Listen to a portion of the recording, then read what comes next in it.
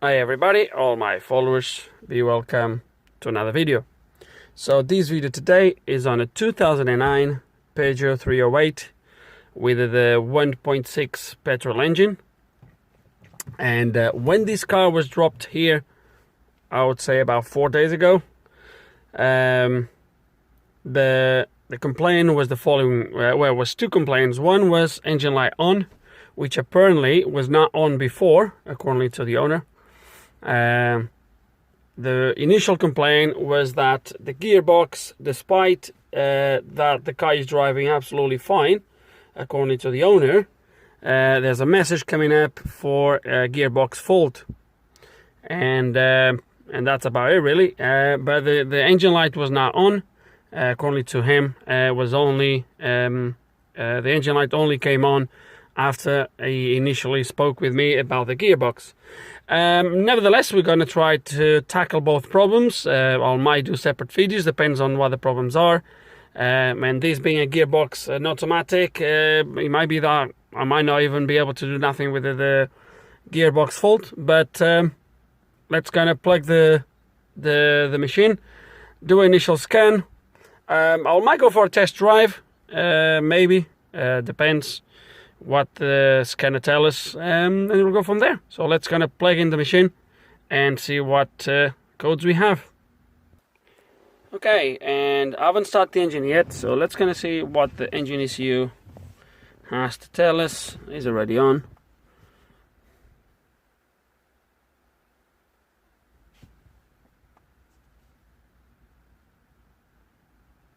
Oh dear. Oh dear.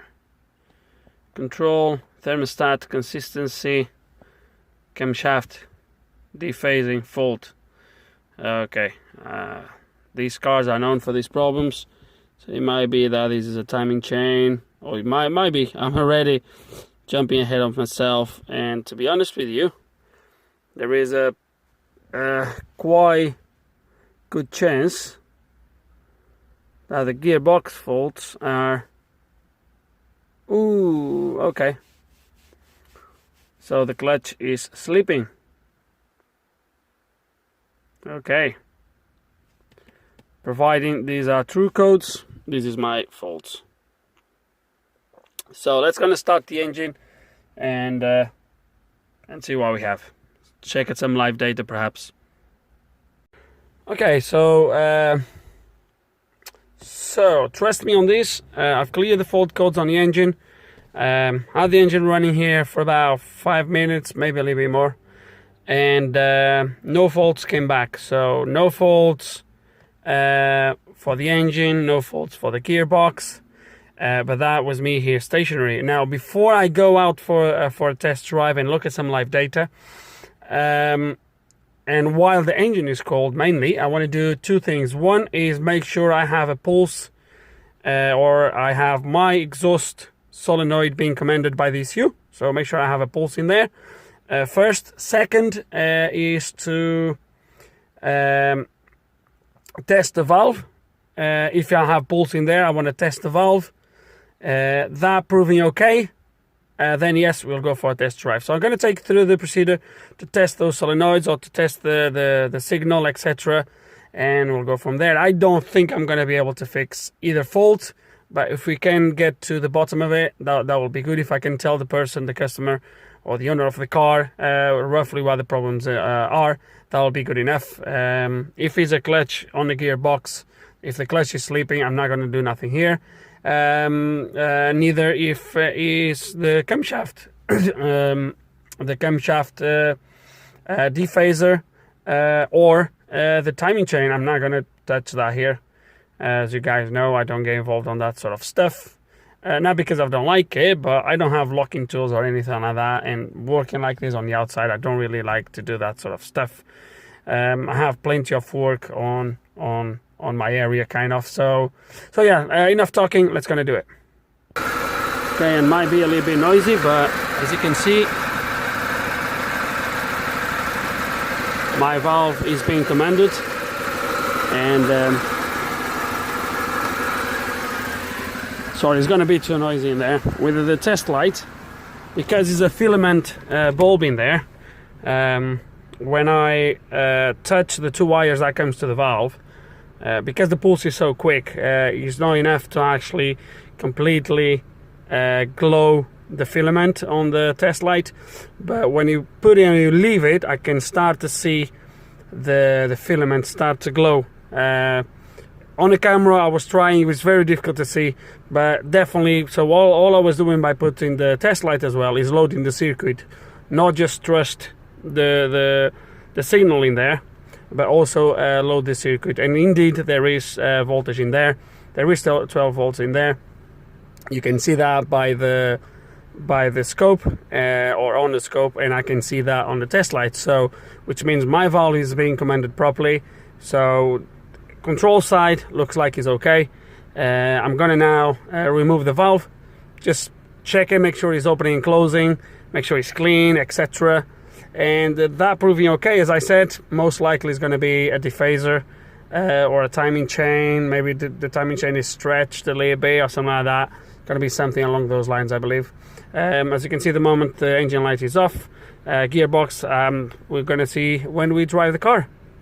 And right now it looks like we have actually a bad solenoid, so maybe that the rest of the car is good. So for the video purpose, and only for the video purpose, I decided to do something. So when I measured this solenoid, I had 200 and close to 300 ohms, and straight away I thought that was too high for a coil. When I powered the solenoid, there is no reaction from it either. So I thought, okay, so what I decided to do for the video so we can compare is I removed the intake one. Okay, they are exactly the same. They are actually interchangeable. You can put them wherever you want. But inspecting both, but even the exhaust one, the filter here is quite clean on both, so it doesn't look like the coil, the filter is clogged or anything like that. Let's gonna check the good one first. And the good one, can you see the reading? No, you can't. Okay, there we go. So let's gonna measure the resistance of my good solenoid, and I have 7.7 ohms, which for a coil is about right. I would accept that. And now you're gonna see how much I have on the other one. I don't know the exact value this solenoid should have, but definitely the reading I had from the exhaust one didn't sound right to me. Look at that. 127 and then 32 is going up. When I first measured it, it was about 290 something. Look, it's keep going up. So definitely that's not right. Okay. Now let's power. Can you see the solid? No, you can't. Let me bring the camera down. Okay, so that's gonna apply 12 volts to the intake. Oops. And let's gonna see how it reacts. Can you see the valve moving? Can you see there the valve moving forwards? That's a good solenoid.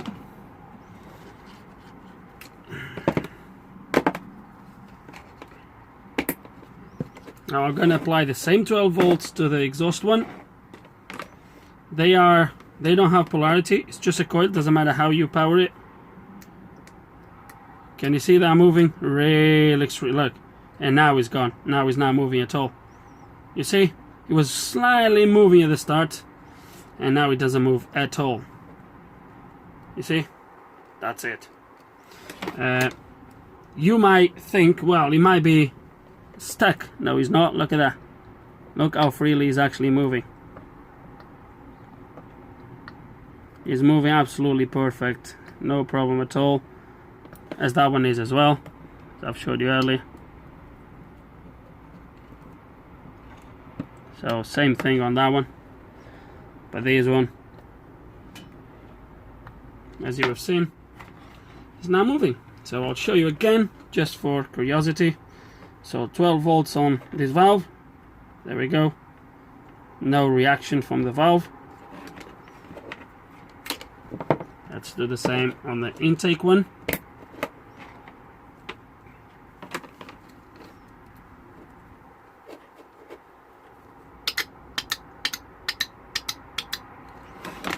Right, so we have a bad valve. That's it. That's simple. Let's gonna get another valve, put it on, and see what happens. At the start, when the car initially started, it kind of loses the revs a little bit, so it might be related to that. But let's get another solenoid and go from there. Okay, and just got back home from the scrapyard. I got two from a very similar engine. They are a different version, as you can see when compared with one that was on a car. Slightly different model, but they have the same lengths, the same everything. Everything is in the same places, so I guess it's gonna work. Still, it's on a test. This was the intake one. That was the exhaust, as you can see, all the oil in there. Well, you might not know, but yeah. So this was the exhaust, that was the intake. Let's gonna test it, just as we test the intake one that is now back on the car, and see how it works. The first thing, let's gonna see how much resistance I have on this one. Come on. I do have, I think it's connected. No, it wasn't. No, it wasn't. 100%. Hold on a second, guys. So it should be okay now. Let's connect. And I have 6.9 ohms, which looks okay to me. Now let's kind of put some voltage on this and see the valve working. Hopefully it will do. Let me put the camera down. Hopefully you're going to see exactly the same as you saw on the other one. Let me face that to there. Okay. Look at that. Can you see the difference? That's a good one. It's gonna plug it back in again on the faulty one. Just one last time.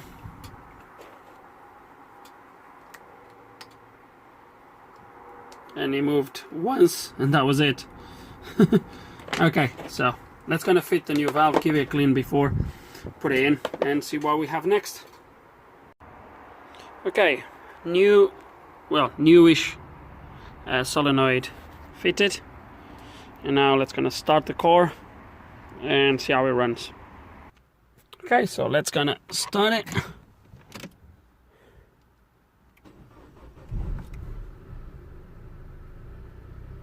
Slowly fine. It's doing better than it did this morning. So I didn't thought a lot about it, but this morning when I started while it was cold, or this is now like 2:30 in the afternoon, but when I had a last running in the morning, when I started cold, it nearly lost his revs, it nearly stalled, but it's running absolutely fine now. It's good. So we're going to scan the car again. Let's make sure there is no faults.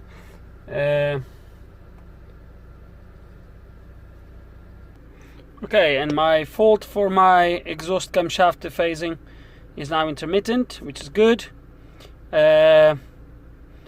However, my controlled thermostat control consistency or open circuit. I don't know if that's making the engine light to come on. Don't know if I'm gonna be allowed to repair that, whatever. I will speak with the owner and we'll go from there. But for now, this video will be, I'm not gonna tackle the gearbox on this video, by the way, because it might be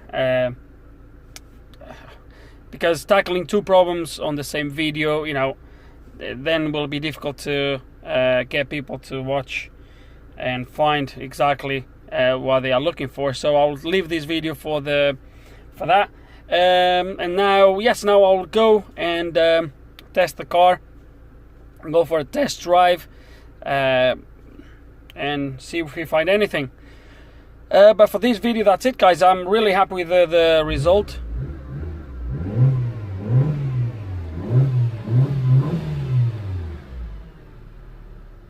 The car is running absolutely fine. So that's it. We will clear these codes, and yeah, but as you've seen, guys, most likely, unless there's other issues with this VVT system, which looks like might not be, it looks like that was our issue, faulty solenoid. And I've showed you how to diagnose it, how to test it. Hopefully, guys, there's some information on this video that you're gonna find it useful. I do hope you enjoyed the video. If you have any questions, any comments, please put them below. And like always, thanks for watching.